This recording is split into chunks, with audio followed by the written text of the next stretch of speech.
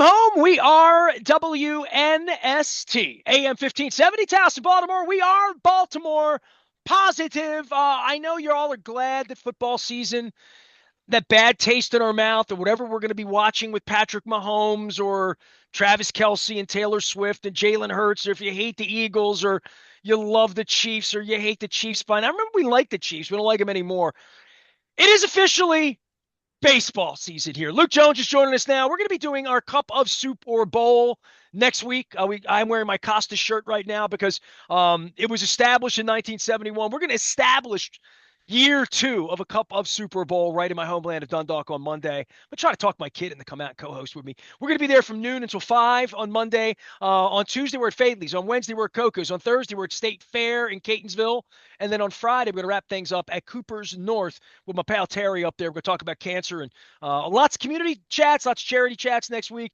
But obviously, the Mark Andrews thing aside, the Ravens aside, how Steve Bisciotti's press conference, which I'm sure will be any minute now, it's baseball season, and the Ravens can't do anything on the field again until August into September.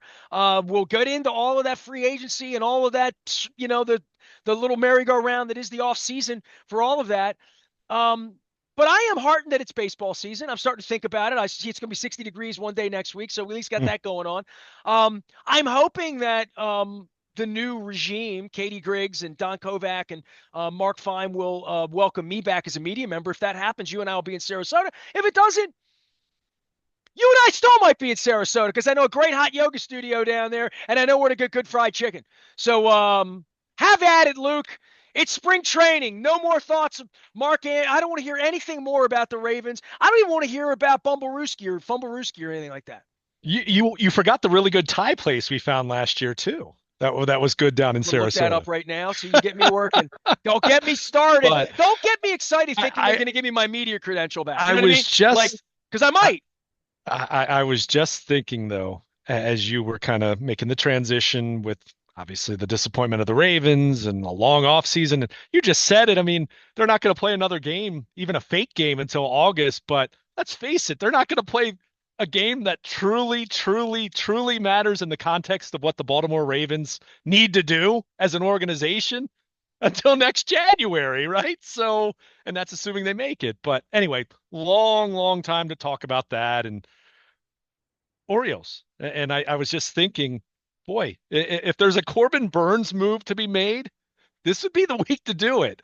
If they're, last year there was also the news of new ownership, that came in 48 hours after the Ravens lost to the Chiefs. So, but it is getting to be baseball season. We're about 2 weeks out, as you and I talk, a little over 2 weeks in real time in terms of pitchers and catchers reporting. And the countdown's on. And you made mention of some of the changes made on the business side, the non-baseball front office side, and will certainly be interesting to see how that plays out. We saw the news a few days ago about the affordable ballpark fare, $4 hot dogs and $5 beers and What does things of that that mean, nature. $5? See, this is where, like, if these people were civil and nice to me, and I really hope they are, I would be kidding around with them. Like, what kind of beer are we talking? You know what I mean? Like, fill me in on this. Sell I me mean, I'm on this a guessing little it's bit. domestic. I'm guessing it's domestic, and I don't want to give anyone free advertising who doesn't advertise with us, The but best beers in the world are domestic. We're making everything sure, and here. that's fine. But I'm saying some domestic beers are fine. But point is, they have a menu that is a little more palatable for those that are on a budget. Are you taking Who, Scarlett down? Be honest with me. I mean, yeah, we've talked about it. Is she a Phillies fan? I mean, tell seriously. This No, I is mean, important. my sister and my brother-in-law are very good about giving equal time. They have Raven stuff, they have Orioles stuff, they have Eagles stuff, they have Phillies stuff. 76ers. They're going to let these children decide on their own, or they can adopt them both. Sure. And what's funny is, Like these kids are doing now with Jaden Daniels and Lamar Jackson. well, the big thing for my nieces now, Scarlett's going to be 4 in May, and she's already now going to have seen the Eagles in the Super Bowl twice. Evelyn isn't even one, and the Eagles are so the Ravens have some work to do on that front. Although certainly their memory is not going to be, these aren't going to be the most vivid of sports memories for them. But no, like you look at the menu, good, right? good to see that. Applaud them for that.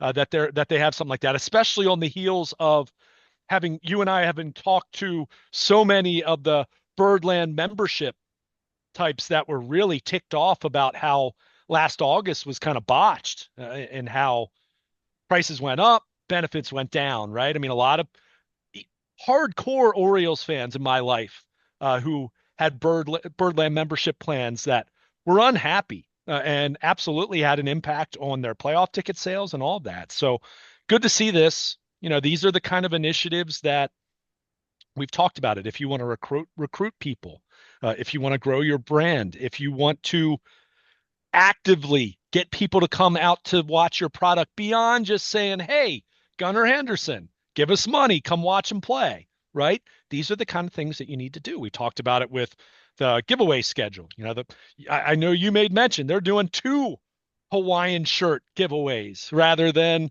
one game of it. I mean, Star Wars isn't May the 4th now. It's the whole weekend, right? sure.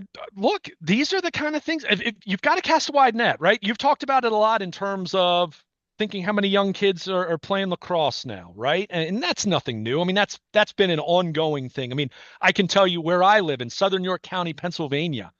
When my family moved here in 1990, you would cross the Mason-Dixon line, and people in Southern Pennsylvania would look at you like you had two heads if you mentioned the sport lacrosse. Now, everyone in York County plays. I remember when I graduated high school, they were starting up a club team, a club lacrosse team. Now it's a varsity sport in Every York one of County. those kids doesn't play baseball. Not everyone, but a lot of plenty of them, right? I mean, there's but the point is you've got to recruit, right? I mean, we've talked about it with the Ravens. 25 years ago they didn't have to lift a finger to sell a ticket. It just happened because the enthusiasm was just there. The machine ran itself.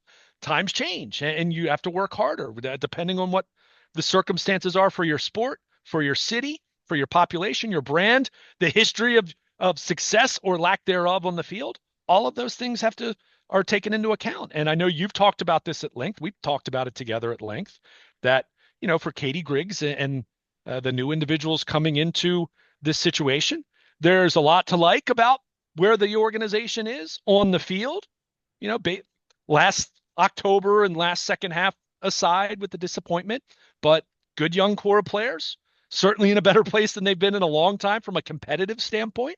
But on the business side, on the fan recruitment side, they've got work to do. There's no question about that. And, you see something like this where you might say, okay, well, how much does it really matter to have cheaper concessions around the ballpark? I think it matters to people. And that's not the end all be all, but it's one of what you hope will be a multi-pronged attack of recruiting people.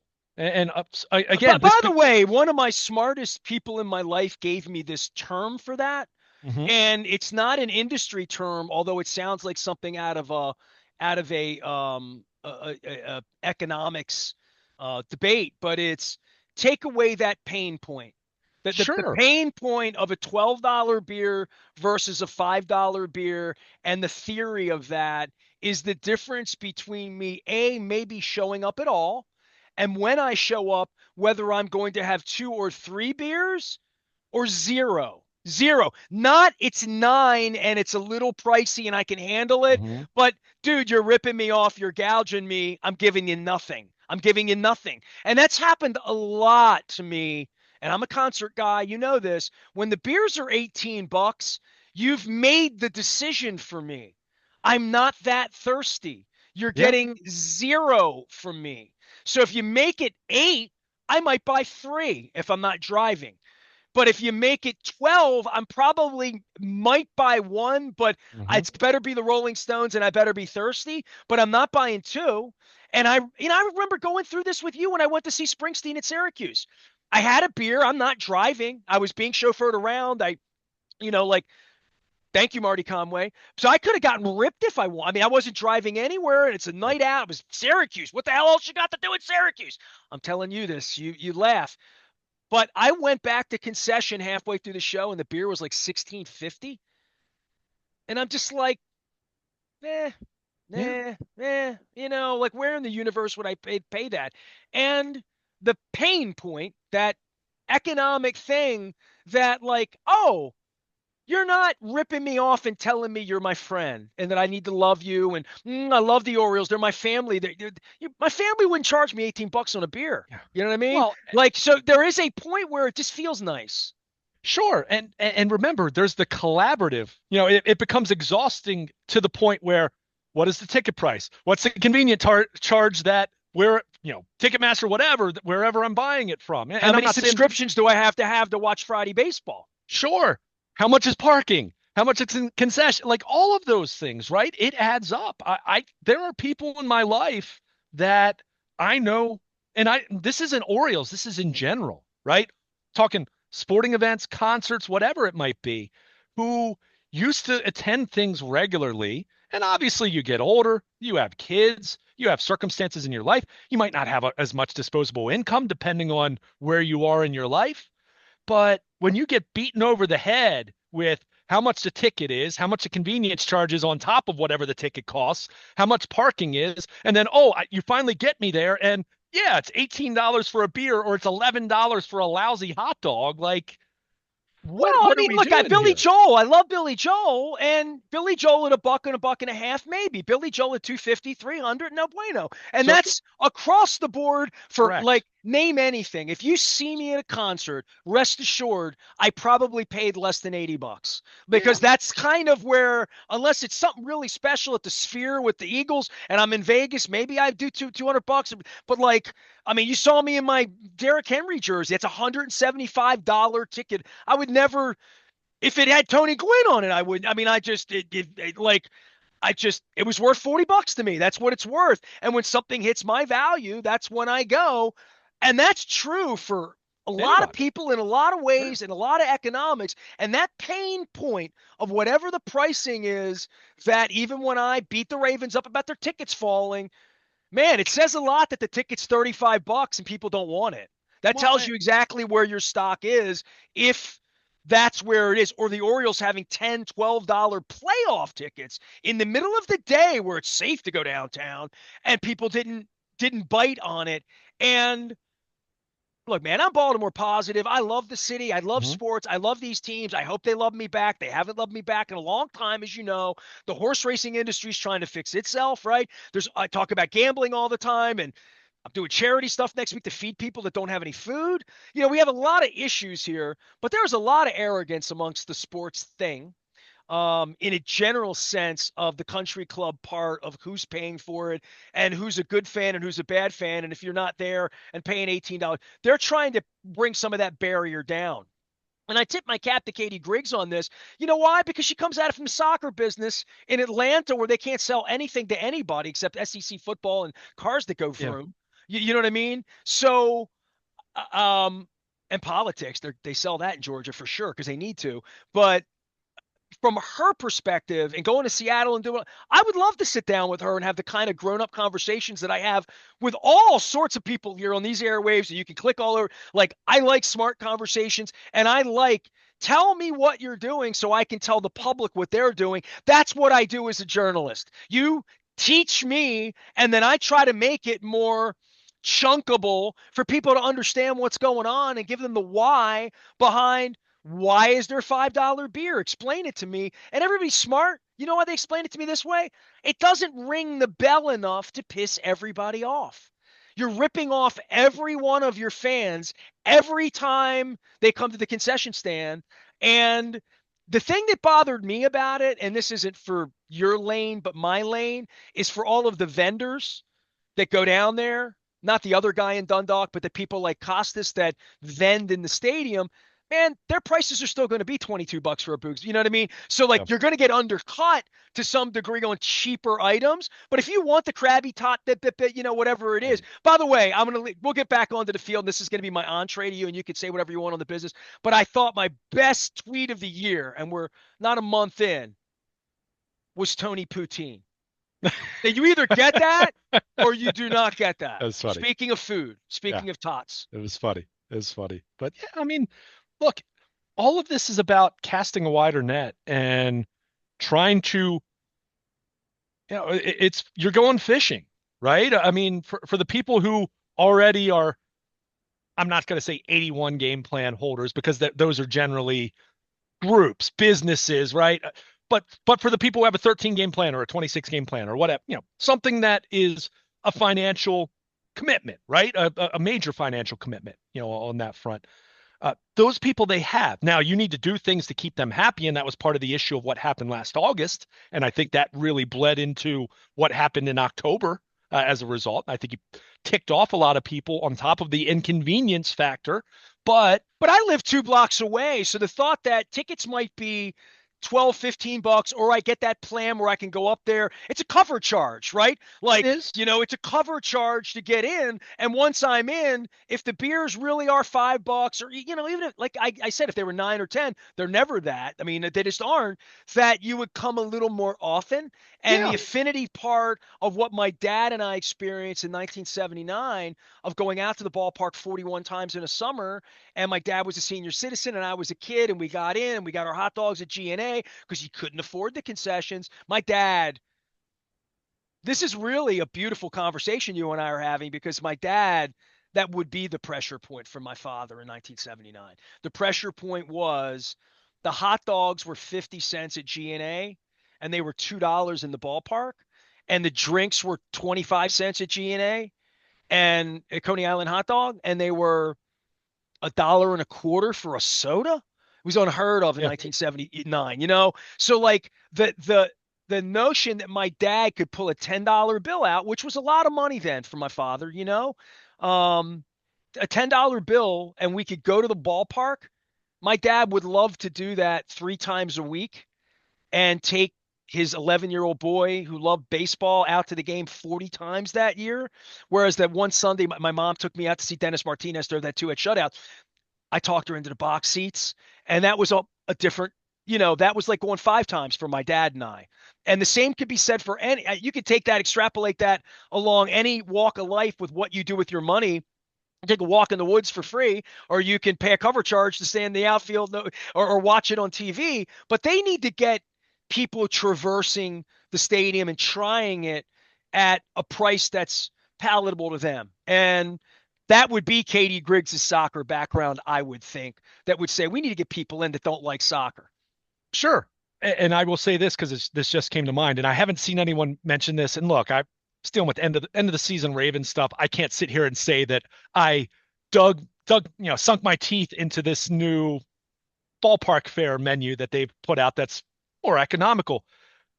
I like it, assuming that means they're going to continue to allow people to bring food and beverages into the ballpark. If they're doing this and then they cut that out, then I think for someone like me that's off-putting. Then Don't bring SpaghettiOs in a plastic bag and try to. I'm Don't do not that. talking that, but I was very much the guy that, especially when I was out of in college, and my first couple of years out of college. So we're talking, kind of '05 through '08, basically before I started, working at NSD. Um, that those were the days of $5 student nights. So I had my student ID and I'd go sit in the left field upper deck, and I'd go out to one of the establishments right outside the ballpark, before heading in, and have a beverage or two. But I would buy a couple hot dogs and bring them into the ballpark. I could do the whole night. I knew I had a good place to park that probably wouldn't park there now in Well, terms of. no legitimate reporter uh, of mine is going to wind up not smuggling Fadley's crab cakes in after visiting on a There you Friday. go. So There you you go. smuggle those in. Exactly. Exactly. Absolutely. I do that now. So, but the point is, I could go to the ballpark and do it on a very limited budget as a college kid or right out of college, barely having any money, right? I could do that. And you know what? I, generally speaking, I'd buy a beer or two in the ballpark, over the course of the night. Now, I wasn't going to go nuts, but I'd buy one or two. But all of that together made for a good experience, despite the team not being any good at that point in time. But it was fun. I could do it without going broke. I would go with friends, and it would be a social thing we do, and we'd make a Friday night of it. So, but that's, you're trying to cast the widest net possible. And look, different things appeal to different people. I think this is something that I think everyone can have some common ground on, in terms of everyone likes cheaper beer, cheaper hot dogs, cheaper sodas. right? Cheaper popcorn, cheaper pretzels. There's no downside to that. Like I said, other than if you get rid of what's been a fan-friendly policy my entire life, which is being able to bring food and drink into the ballpark. Well, I before understand. your time, Wild Bill threw the cooler off the top of the upper Sure, deck. right, Famously, and I was all a part of that. Me and right. my buddies in the 80s, and I was underage, clearly, do the math. But my buddies were of age. You could take igloo coolers, Yeah. we would dump the beer, or you could get the beerator to tap beer Hmm. into 128, whatever, and take that in and fill your beer sitting in the stands. That was kind Right. of a it's kind of like being in the Latin ballpark. You know what I mean? It's kind of a baseball thing. Or what Back in the what '70s and '80s. I'm talking in then. the same way what Preakness used to be Correct. compared to Yeah. what it is And now. look, So I'm not. and look, and obviously there are much more rigid guardrails to those things, and rightfully so. I understand that, but when you look at something like that, there's really no downside to it unless you get rid of that policy, which I hope they don't. I still see it as a policy on the Orioles website, so hopefully that's still the case. But hey, you can bring in dinner. You pick up a sub or something like that, bring it into the ballpark. That's not the That doesn't prohibit you from saying, "Hey, I'll get a beer," or that soda that I brought in that I've had in the car. It's not cold anymore. I'll get a nice ice cold fountain soda, and I'll be happy about that. So those are the kind of things that appeal to everyone. But I think what's interesting, and we're seeing this now with the Ravens already, with the first phase of their renovations being complete. The Orioles are getting closer to starting that. This idea of social space in a ballpark, right? The idea of you know bars, right? Yeah, we're gonna see. I'd be stunned, Nestor, if when it's all said and done in 10 years from now, when we're talking about whatever the new Camden Yards looks like, if left field upper reserve has not turned into, whether it's a The bar, whether it's a Sunset restaurant, Lounge. something like that, where there are going to be fewer traditional seats and there's going to be more space for people to gather. I think the left field area now, where the wall's been moved back and now moved back, not to where it was originally, but that will turn into some kind of social space. Like that might be the new standing room only area. Maybe that replaces what we see beyond the bullpens, right? Which is standing room there. So point is, me as a early 40s baseball fan, and I'm saying if I weren't in the media, just speaking as a baseball fan, the idea of a social gathering place in a ballpark sounds weird to me because it's like, I then I'll just go to a bar, right? And Yeah, then the why game are will you be on. driving from Shrewsbury to Yeah, watch the game on right. I'll TV? just, Dude, I'm up in that bar in right field. I've been in that thing dozens of times. I mean, in the center field bar. yeah, I Yeah, mean, I've been every time I'm up there. I'm astonished that everyone's watching the TVs with their back to home plate. yeah. Like it's I mean, there's a little bit of space there where you actually can't, if you're closer to the front there, which obviously they have those seats up there and that's very limited. If you have something like that, then it's cool. It's a little bit like But they got the a casino monster in seats the at Fenway. warehouse. That's a lounge. That the same Yeah. thing's going on. I get that sort of baseball is one of those things you walk around and watch an inning Yeah, here but and then go back to my seats. I it's but apparently, different than my dad saying, if you yeah. don't sit in your seat and watch the game, I'm not bringing you out of here. Same, right? I mean, I'd be the same way with my niece. Like, don't get me wrong. Like for example, we went to a York Revolution game, back in August, I think it was. My brother-in-law got free tickets, like, it was something with his company, and it was a fun time, right? It was spitting, like it was kind of a light rain mist. Wasn't a great night, but they have a carousel out in, is it left center field there? I think it is. Whatever it is, it's a good idea for kids.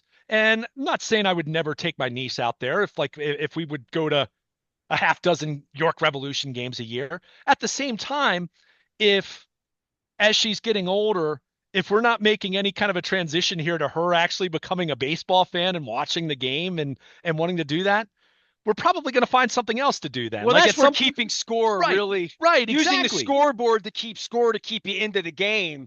I mean, I can sit here and But you this have to this learn the rules first. sure. Well, First and thing that is you like how what happens here? well, we've And talked that's about not this. easy. I told you I had a Swedish girlfriend who was a grown up, and I took her to Yankee Stadium and tried to teach her, and I just couldn't. Sure. She knew everything. She liked Well, hockey, soccer. She wasn't, but she's just like baseball, like so be much like you and me learning rugby or cricket. It'd be a little weird.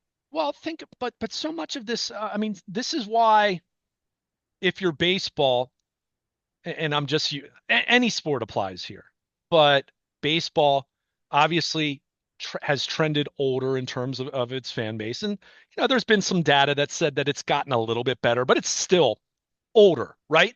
But that said, there's still something to be said of not wanting to alienate your older fans entirely because of what you just said. Generally speaking, when you're a fan of a sport, there's a generational element to it, right? We've talked about this. You're a big time hockey guy, or used to be anyway. Hockey, I have zero interest in hockey. It's not that I don't appreciate or respect the sport, but I have zero interest. My dad wasn't a hockey guy, right? I didn't have anyone in my family who took me to games when I was a kid or watched it regularly that I watched it with them and got heavily invested in it, right? It's a fun sport to watch live. Like, if my brother-in-law said, "Hey, I have tickets to the Hershey Bears tonight. Would you want to go?" Say, "Sure, why not? It'll be I fun." think it's also a really easy game to understand. It is, but again, so much of that groundwork is Thinking as a laid. 4-year-old girl like your niece, right? Like Yeah, but literally, but so right? much of that groundwork is laid when you're younger, right? I mean, I'm not, and look, that's a generalization. There are people that adopt sports later on in life, but for the It's most almost part, like being bilingual. If you learn when you're 5 years old about the rules of baseball, you'll have it the rest of your life. And if you don't, I don't know where you get it. I mean, yeah, because I got it at birth, right? Like literally, it came to me like, from my creator with my last name and the family I wound up in or whatever. I don't know a life. I've been collecting these 1971 NFL belt buckles because I don't really know a life of not knowing football rules or offense and yeah, defense or four downs or 10. Like, and trying to explain that even to my wife when we got married watching Monday Night Football to give her a little bit more nuance of football to really understand the game. I don't know where you learn that unless you learn it from your brother, your dad, your mother, your right, father, the whoever's in your life that would make you interested enough to sit and watch it. And I do wonder all the time, dude, when I'm in a crowded room, and I used to think this on my bus trips because I would see it and hear it. Because up in my seats, there were people that thought they knew football and they would yell all sorts of stuff behind my sure, ear. Some of it made sense, some of it didn't. I hosted sports radio where people kind of came to it to learn more, even if they would call and shout at me that they knew more. But when I'm in a real mixed crowd where people love football and everybody's watching the game, when you look at people's faces as to what they really understand about anything that's going on, positionally, functionally, yeah, getting 10 yards, like knowing the rules, baseball is one of those things that like it's unwatchable if you don't know enough about it. You know what I mean? Like yeah, coming in from the outside, it's a very hard game to train as an adult. I guess that's my long way of saying you and I've never had to worry about that. But I yeah. took an adult once and tried to teach her baseball, and it was hard. And like somebody that just doesn't know it, like it. And a lot of people just have that same feeling that people used to have in our neighborhood. Soccer, it's boring. So like once you have that and you don't have that gateway to baseball, so their gateway is come have a beer, it's nice out, whatever, Well, team's good, he's cute, right? Whatever the thing is, then there's the if I'm going to watch it every night, I don't need to know who's at Norfolk or what a balk is, but I at least need to like have some rudimentary knowledge of sure, want to be more into the game. And the thing I notice about the football fans, these the idiots that barstool drunks and like all of that, they don't care about Lenny Moore. They don't even care about Ray Lewis. You know what I mean? They don't. The younger generation of football, it's gambling, bragging rights, beating on their chest. The yeah, violence of football is really much more attractive to people that are the UFC wrestling set or whatever. And baseball feels genteel to some of those folks, the young people, that it's just sort of like they might be more into soccer than baseball or lacrosse if they're playing and they want that action. But finding baseball fans, I find that to be like, and I would say this to Katie Griggs, who never spent 5 minutes in Baltimore, from what I understand, is saying finding base, you're going to create baseball fans out of adults. Good luck with that. I mean, that's what they're going to say they're going to do, but I don't know that you do that. You better service the people you have that Peter ran away. That would be my prescription.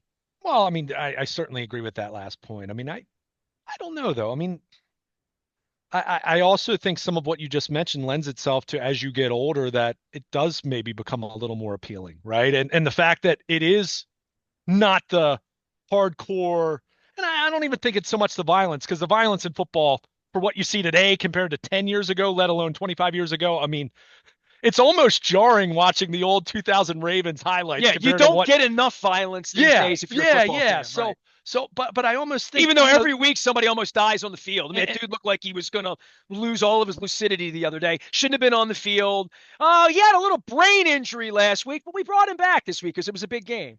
I just need to say that because, I just need to say that. but I think when you have, and I brought up the social space thing, when you have a sport that is a little bit slower, that is, has a more leisurely pace. I mean, we don't call it the national sport, it's the national pastime, right? Whether it actually is anymore or not is not the point. The fact that that was the nickname, all along speaks to its pace compared to, and I don't mean the pace in terms of what necessitated the pitch clock, just generally speaking, baseball's pace, right? Not what it became that forced us to take the action that we did with the pitch timers and whatnot. But it's more conversational, right? Whereas football, like if you're at a social space at a football game, like you're going to miss everything, right? Or you're going to look up and one team Nobody had gets the, out of their seat at a hockey game. You sit there yeah, like so it's theater and but you pee at the end of the period. You know what I mean? Like, so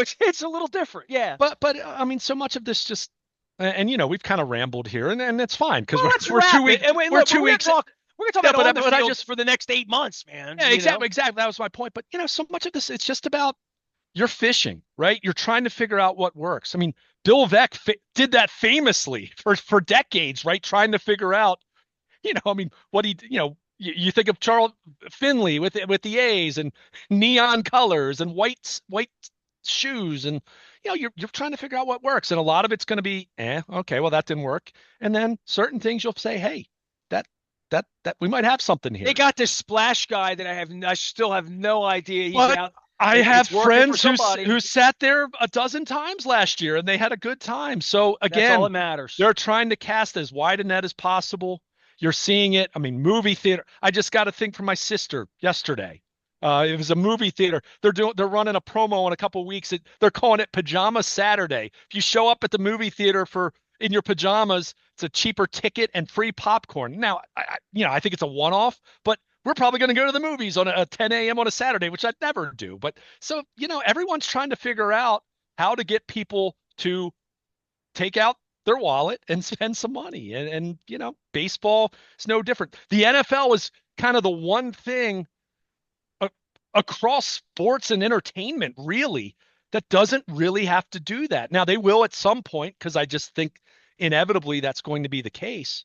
But yeah, whether it's cheaper concessions or a bar in center field or gambling is a big part of it. Obviously, all those things you're trying to figure out how to bring as many people in as you possibly can, and winning is still at the top of the list for me. You're not going to get people to come religiously if the product stinks, but if you get the winning product, and then you have to go to work after that. I mean, it's, we'll see, but it was a good start for what they did last week with the concessions. We'll see what else they have to do, but it's that season now, I guess, because football's in the books, and we'll be talking about pitchers and catchers here right around the corner, and we'll see if there's another Corbin Burns move to be made like we saw last year around this time, but certainly not holding my breath expecting that to happen at this point.